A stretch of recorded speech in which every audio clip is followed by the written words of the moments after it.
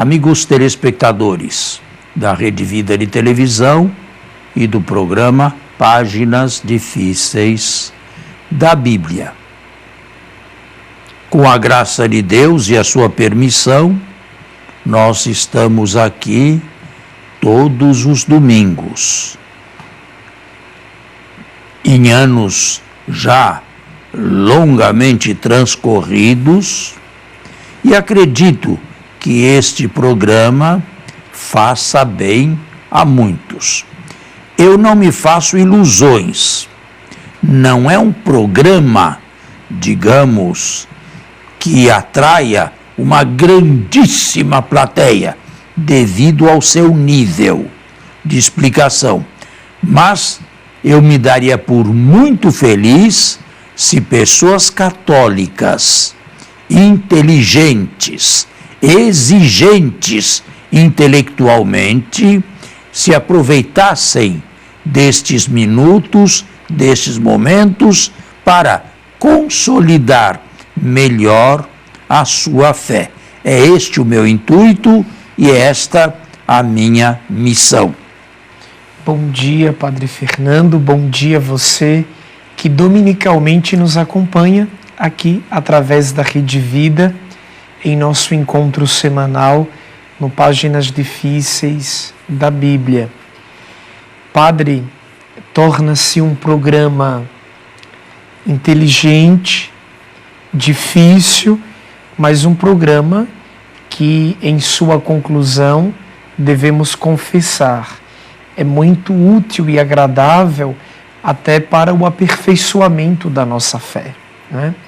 Porque este programa, ele é inteiramente bíblico, o que nos dá a possibilidade de degustar mais e melhor nas catequeses, nos sacramentos que participamos, na pastoral que exercemos, maior profundidade, né?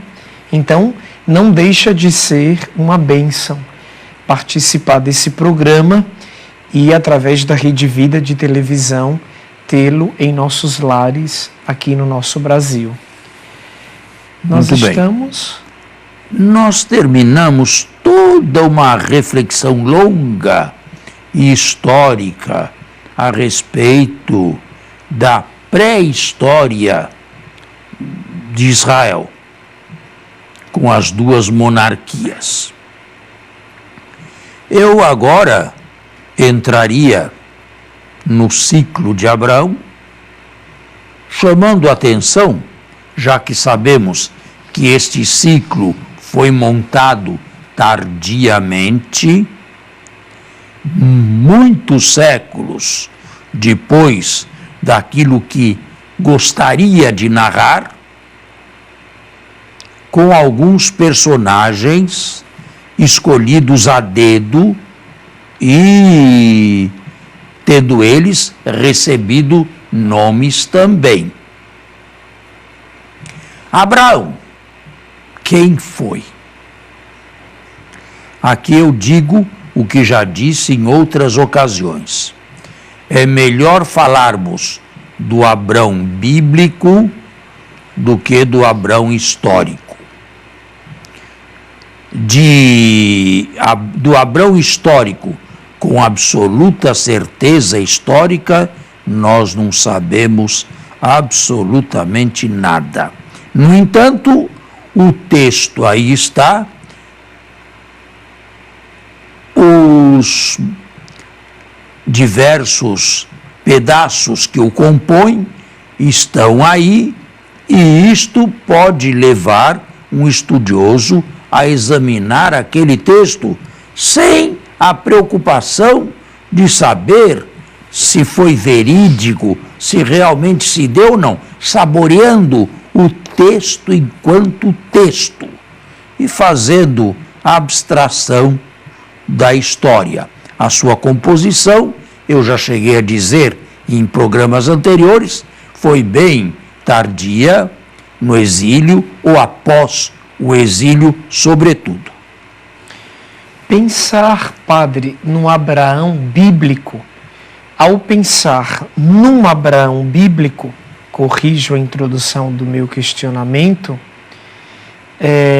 porque ao pensar no Abraão bíblico, eu tenho que fazer cisão com o Abraão histórico. Afinal porque do Abraão histórico, o que se pode dizer com certeza? Porque, afinal de contas, a Bíblia não deve ser entendida como literatura? Sim, mas nem toda literatura é histórica. Nem toda. Um romance não é histórico. Mas o que eu entendo por histórico? Porque você entende por histórico somente aquilo que aconteceu? Então, é essa a questão, porque não seria um pouco anacrônico jogar para uma tradição do pós-exílio uma literatura e chamá-la de histórica ou não histórica? Mas não somos nós que chamamos de histórica. É quem tem cultura menor a respeito de Sagrada Escritura.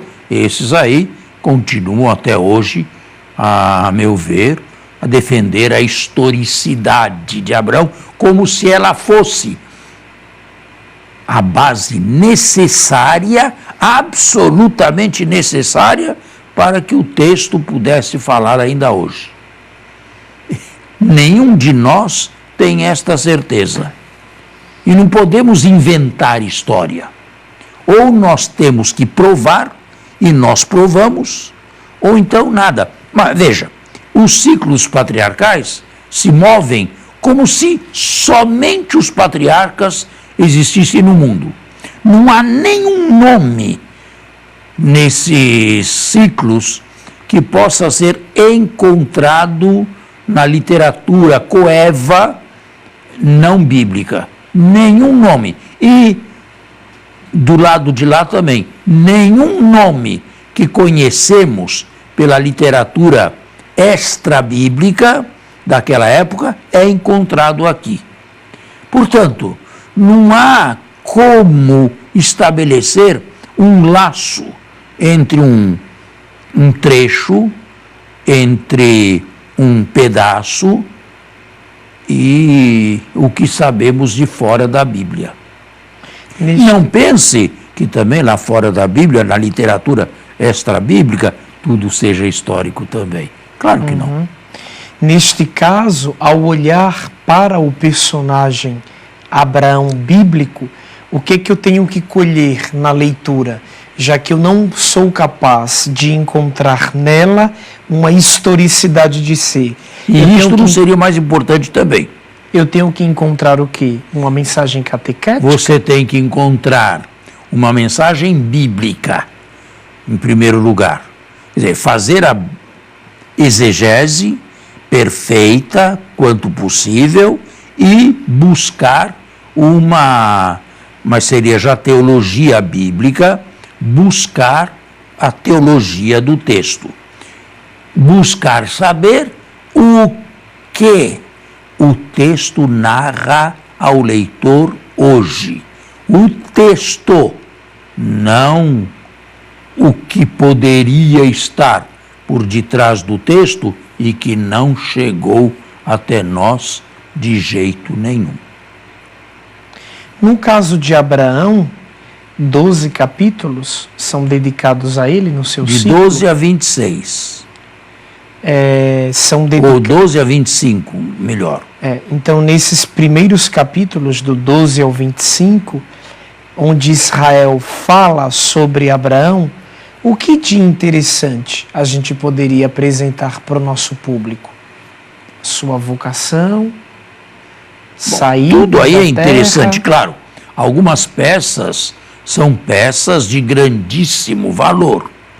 E são essas as mais utilizadas pela liturgia na primeira parte da Eucaristia, na liturgia bíblica, não é? Que vem antes da celebração eucarística propriamente dita. Você falou em vocação. É importante. Cada um de nós tem sua vocação. E teve também a história de sua vocação.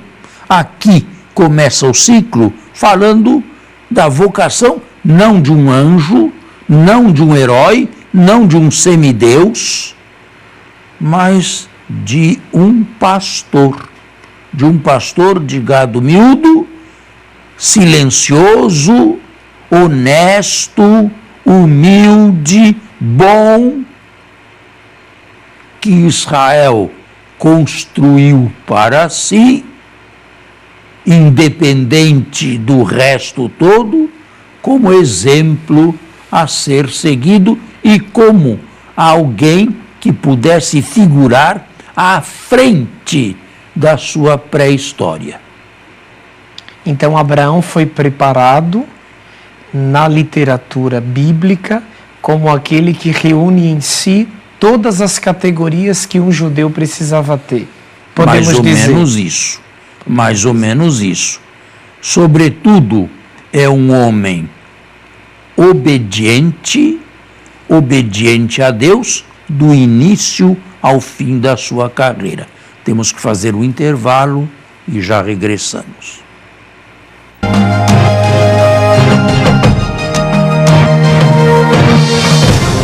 E você tinha feito uma observação ou não?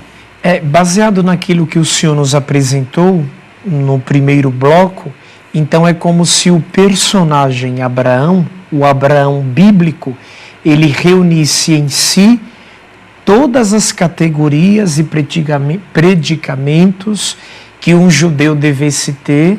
Ou pelo menos que os judeus do pós-exílio imaginavam poder reconstruir de edificante na sua história passada. Agora é interessante, padre, que quando a gente pega as grandes religiões do universo, o próprio judaísmo, mas depois o islamismo e o cristianismo, todas elas trazem em si a figura de Abraão. E para as outras religiões, Abraão representou a mesma coisa que representou para o judaísmo? Claro que não. Abraão não é o fundador do Islã. É evidente que não. Abraão não é o primeiro personagem do Islã. Mas lá no Islã, ele reúne enquanto personagem as mesmas qualidades que no judaísmo? Não, de jeito nenhum. Nem Jesus.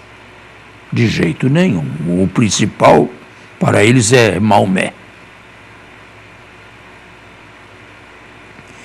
A respeito da vocação de Abraão, é belo o texto.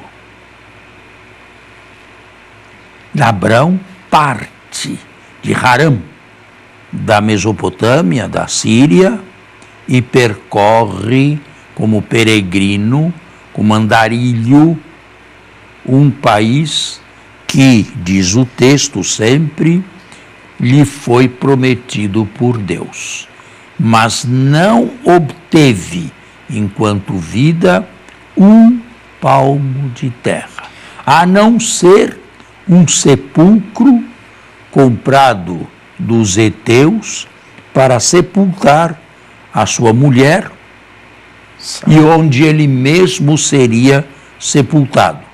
Os judeus veneram esse sepulcro até hoje em Hebrom, o túmulo dos patriarcas.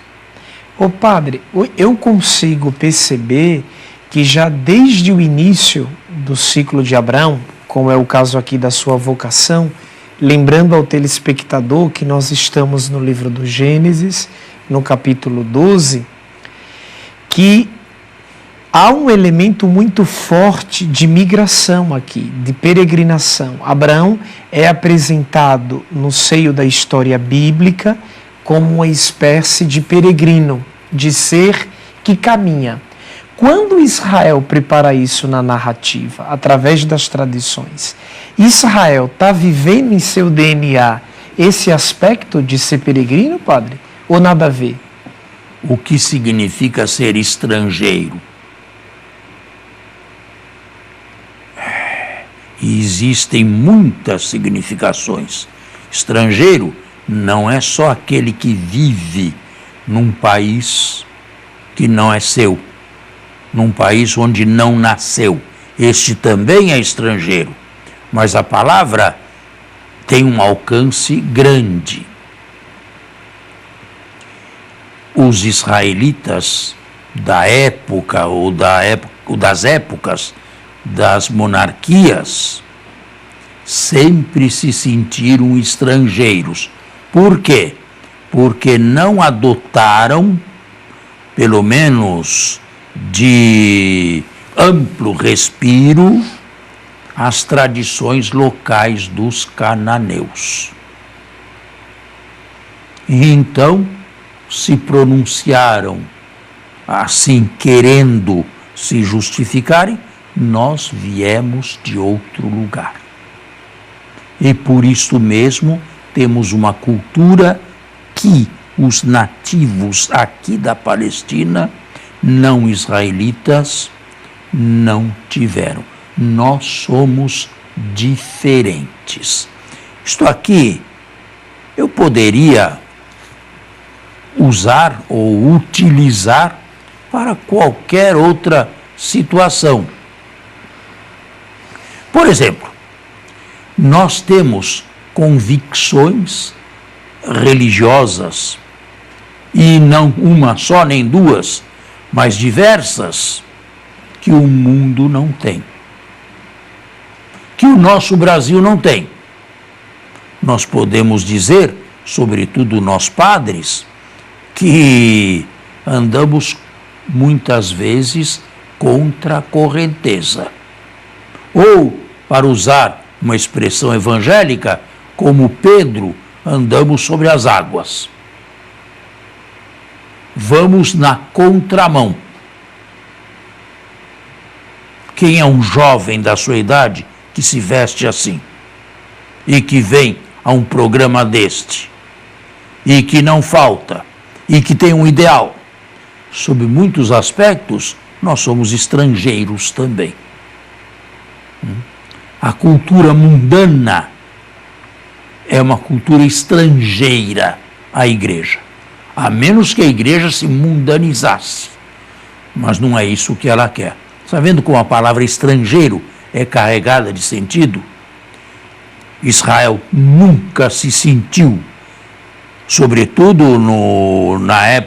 nas épocas mais tardias, no pós-exílio, nunca se sentiu bem ao lado de vizinhos de outra religião, de outra cultura, de outros costumes, de outra língua, e por isto mesmo sempre conservaram em si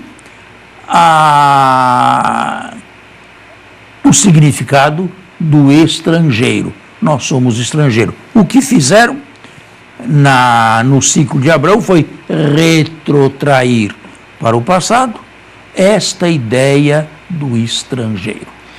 É muito interessante, padre, a sua explicação, e até atualizando, né, como o senhor fez, mas anteriormente o senhor nos comentou que Abraão, ele muito caminhou e Deus muito lhe prometeu, mas tudo que ele teve foi um túmulo para enterrar a própria mulher e possivelmente ali ser enterrado.